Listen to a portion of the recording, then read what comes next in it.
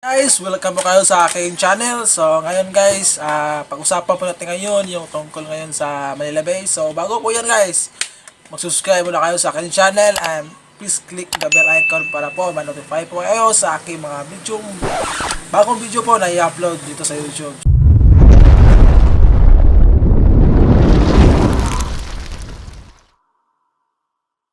Ngayon guys, alam naman natin yung Manila Bay talagang malinis na, no? Kinukuha na yung budak doon sa ilalim ng dagat.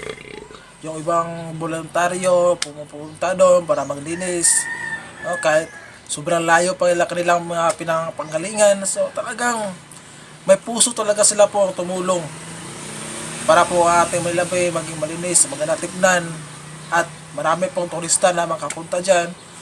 So yun lang po yung talagang naka-inspire po talaga yung mga taong ganyan po na talagang tumutulong po, buong puso po na tumutulong para po ating bansa po ay talagang mapaganda.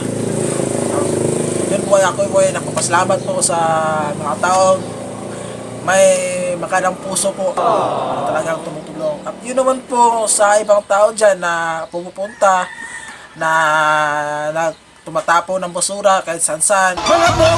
Nakikita ko kasi yun sa ibang mga vlogger po na yung mga ibang tao talaga ay mga walang pakialam.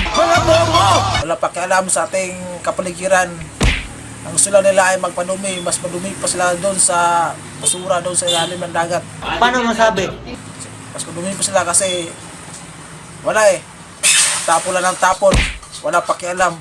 So sana po ay tayo ay magtulungan, baguhin na po tayo ating pag-ugali po na talagang nagtapon lang saan walang pakialam. So yun lang po, sana po ay baguhin po natin yung ating ugali na ganyan, no? Kaya kung titingnan po natin sa ibang bansa, ang kanyang lugar po ay talagang sobrang linis, napakagandang tingnan, katulad ng Singapore, no? Alam naman natin yung Singapore ay isa yun sa pinakamalinis na bansa sa buong mundo. So sana po ay wala namang imposible basta tayo ay magtutulungan, no? Jesus coming na po ngayon.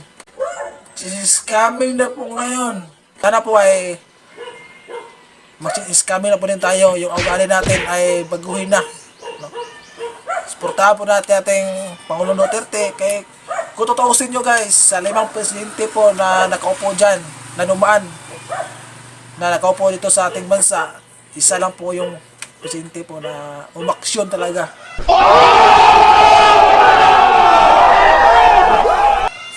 Taga Mindanao pa. Yung ibang presidente taga Manila.